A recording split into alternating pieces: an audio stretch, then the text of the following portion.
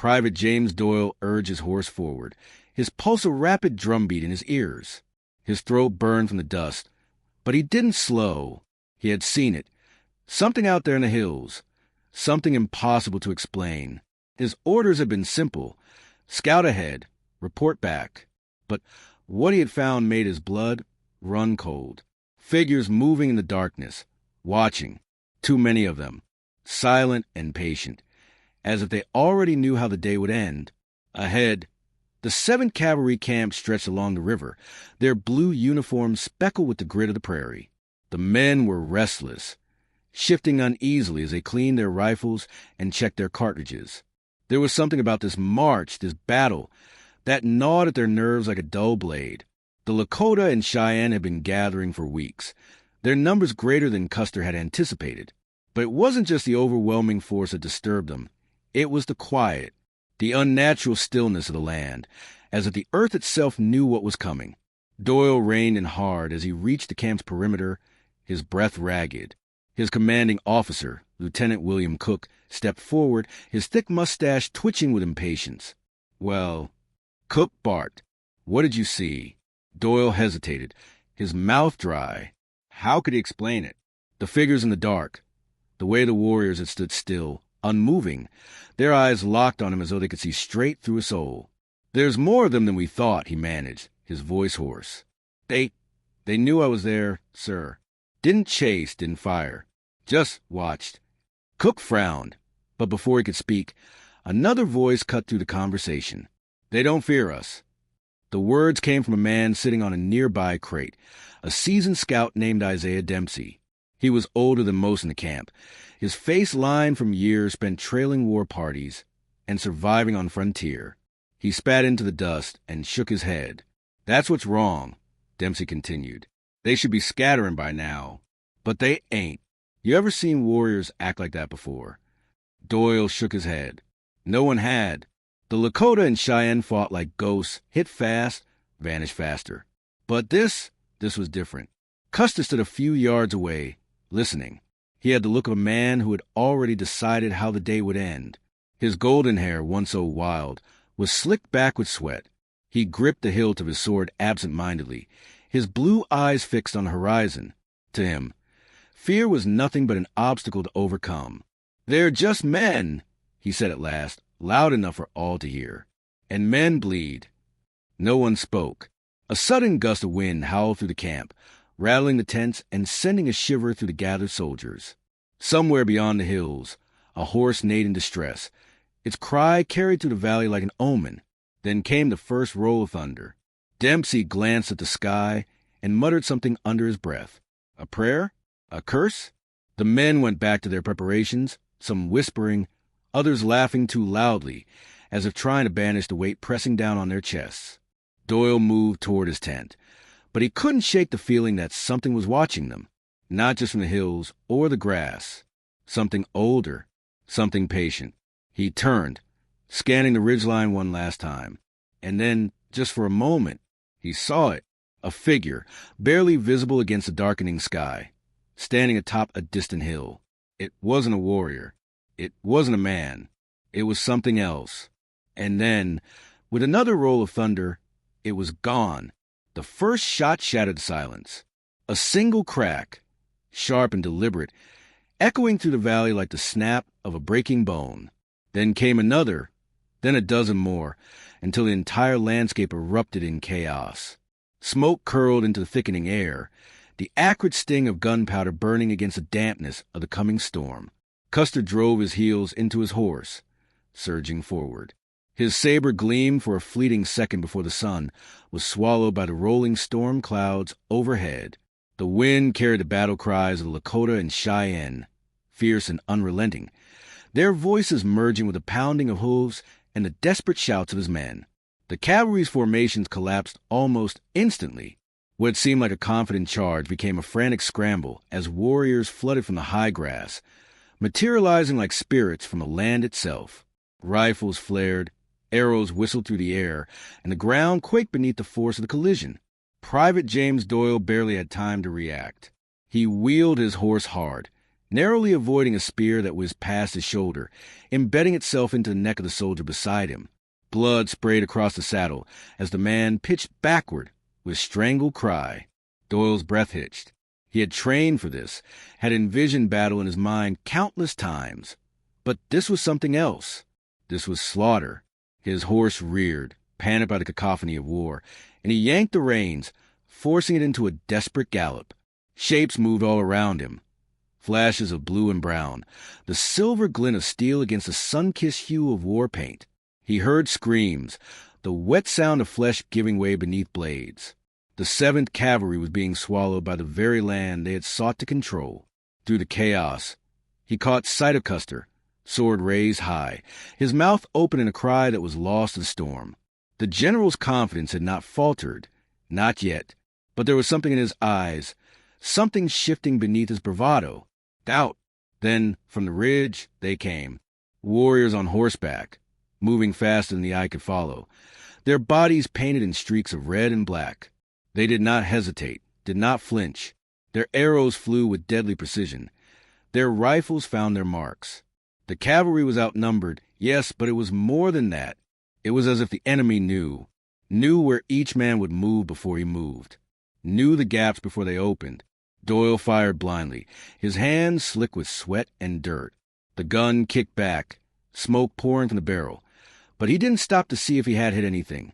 He just kept moving, pushing through the bodies, through the blood, through the screams that now seemed to stretch endlessly into the sky. Then he saw it. At first, he thought it was a trick of the light, a fleeting shadow in the smoke. But it was there, a figure, standing motionless amid the fray. Unlike the warriors in motion, this one did not move, did not charge, did not raise a weapon. It simply stood, watching. Doyle's breath caught in his throat. The figure's face was painted black, its eyes lost in the hollows of its skull. It stood apart from the fight, untouched by the carnage. And then, Custer saw it too. The general's head snapped toward the figure, his grip tightening on the reins. Doyle watched as something changed in him. His expression hardened, not with fear, but with something deeper, recognition. Custer's lips parted, as if he were about to speak. But before he could, his horse shrieked and reared, throwing him hard onto the blood-soaked ground. Doyle spurred his horse forward, reaching for the general, but the battle surged between them. Warriors swarmed, their weapons flashing, their cries rising to the heavens. Doyle caught one last glimpse of Custer, scrambling to his feet, reaching for his revolver. Then the storm finally broke. Lightning split the sky in a jagged vein of white fire, illuminating the battlefield in a blinding flash. For the briefest of moments, everything was still, suspended, and in that silence, Doyle saw the figure again, closer now, the painted face, the empty eyes, watching. Then the thunder roared, and Custer was gone. The battlefield lay silent beneath the weight of twilight. Smoke still curled from the scorched earth, weaving between the fallen, rising in thin, spectral fingers toward the darkened sky. The air was thick with the stench of gunpowder, sweat, and death. Crows had already begun to gather, their black silhouettes circling overhead, waiting. Private James Doyle lay motionless, his cheek pressed against the blood-stained dirt. His breath was shallow, barely there. The deafening roar of battle had given way to a suffocating stillness, broken only by the occasional crackle of burning debris. He had survived, but he did not feel alive. He shifted, wincing as pain lanced through his ribs. His uniform was torn, stiff with dry blood, some of it his, most of it not. The world around him blurred and sharpened in intervals, his senses straining against exhaustion. The last thing he remembered was Custer, reaching for his revolver, his expression unreadable before he disappeared beneath the crush of bodies. Now there was nothing but the dead. Doyle struggled to sit up, his fingers sinking into the mud. Shapes littered the ground, bodies draped over one another, weapons scattered as if abandoned mid-swing. Blue and brown mingled in a grotesque tapestry. Men who had faced each other in fury now lined together in stillness. He wasn't alone. Beyond the bodies, figures moved in the shadows, drifting through the carnage with silent reverence. Lakota and Cheyenne warriors walked among the fallen, stepping lightly, their faces unreadable. Some carried torches, their flames flickering against the growing darkness. Others leaned down, whispering words Doyle could not understand over the distant roll of thunder. Then he saw them. Custer lay at the crest of the hill, his golden hair darkened with dirt and blood. His body was untouched by bullets, his skin marked only by arrows, a deliberate, careful execution. His eyes stare up at the sky, frozen in some unreadable expression. Around him, the bodies of his closest men formed a jagged circle, as though even in death, they had remained his last defense. One of the warriors, an older man with deep lines carved into his face, knelt beside the general's body. He studied Custer for a long moment before murmuring something in Lakota. His voice was low, carrying the weight of something ancient, something final. Doyle swallowed hard, his throat raw. He had heard the stories. That the Lakota did not kill Custer. That something else had taken him first. A rustling to his left made him stiffen. He turned, his breath catching. A man stood just beyond the bodies, watching him. Not a warrior, not a soldier. The same figure he had seen on the battlefield. The black-painted face. The hollow eyes. Unmoving. Doyle's pulse pounded. His body screamed for him to run, but he couldn't. He was trapped in place, locked in the figure's silent gaze. Then, as suddenly as it appeared, the figure turned and walked into the smoke. Gone. Doyle's breath came ragged. His hands trembled. He knew what he had seen. But no one would believe him. As the night deepened, the warriors gathered their fallen and disappeared into the darkness, leaving the cavalry where they lay. The storm had passed, but its presence lingered in the heavy, suffocating air. By morning, the first search parties would arrive. Reports would be written. History would record the battle as a tragic defeat, a story of hubris and miscalculation. But Doyle knew the truth. Some battles never end. Some ghosts never rest. The wind whispered across the open plains, carrying the scent of rain and death. Days had passed since the battle. Yet the earth had not swallowed the blood. The dead remained where they had fallen, their bodies stiff and silent, faces frozen in the horror of their last moments. The cavalry who had come to reclaim their fallen comrades did so with hollow eyes, their hands moving with a practiced efficiency, but their silence betrayed something deeper, an unease that coiled around them like a living thing. Private James Doyle stood at the edge of the battlefield, watching the men work. He had not spoken of what he had seen. The black-painted figure, the way the warriors had fought, as if guided by something beyond the mortal. The way Custer had seemed to recognize the thing that had watched from the smoke. These were not stories the living wanted to hear. A group of officers gathered near what had once been Custer's final stand. Their voices were low, cautious. They had expected devastation. But there were details that did not fit. The bodies of the cavalry had been left untouched by the Lakota and Cheyenne, their weapons still clutched in lifeless hands. No scalps were taken, no trophies of war. It was as if the victors had simply left the field, unwilling to disturb the dead any further. Doyle stepped closer, his boots sinking into the damp earth. One of the officers turned, a grim-faced man with weary eyes. Major Reno. He gestured toward the bodies, his voice edged with something like disbelief. This wasn't just a battle, he muttered. It was something else. Doyle knew better than to respond. He had seen too much, and words had begun to feel useless. Another soldier called from the far side of the hill, his voice sharp with unease. Doyle followed the sound, weaving through the field of the fallen, until he reached the rise. The sight before him sent ice through his veins. A line of dead cavalrymen lay in near-perfect formation, their bodies arranged as if placed there deliberately. Their eyes were open, their mouths slightly parted, as though they had died mid-breath. There were no wounds, no blood, no sign of struggle. Someone whispered behind him. They weren't killed. They were taken. Doyle swallowed, his throat dry. He turned slowly, but no one had spoken. The men around him shifted uneasily, glancing at one another.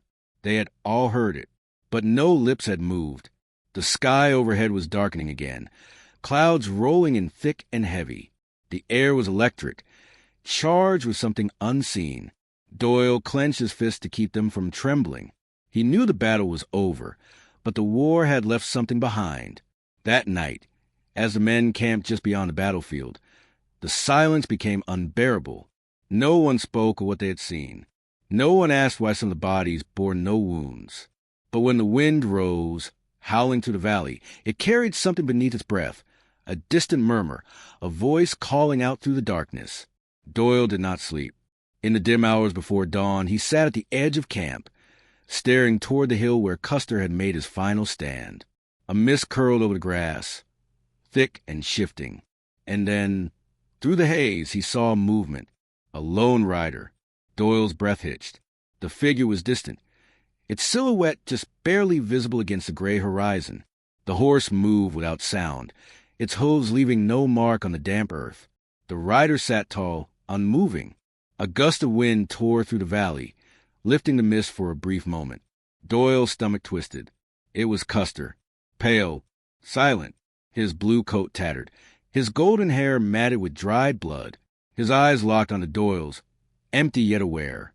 Then, in the space of a single blink, the figure was gone. Doyle staggered to his feet, his heart hammering. He turned toward the camp, searching for anyone who had seen it. But the others remained huddled in their tents, their faces drawn in restless sleep. The mist had thickened again, concealing whatever had been there. He wanted to tell himself it had been a trick of the light, a mind burdened by too much horror, twisting shadows into ghosts. But he knew better. Somewhere in the distance, the wind carried a sound that did not belong. A single gunshot. Doyle closed his eyes.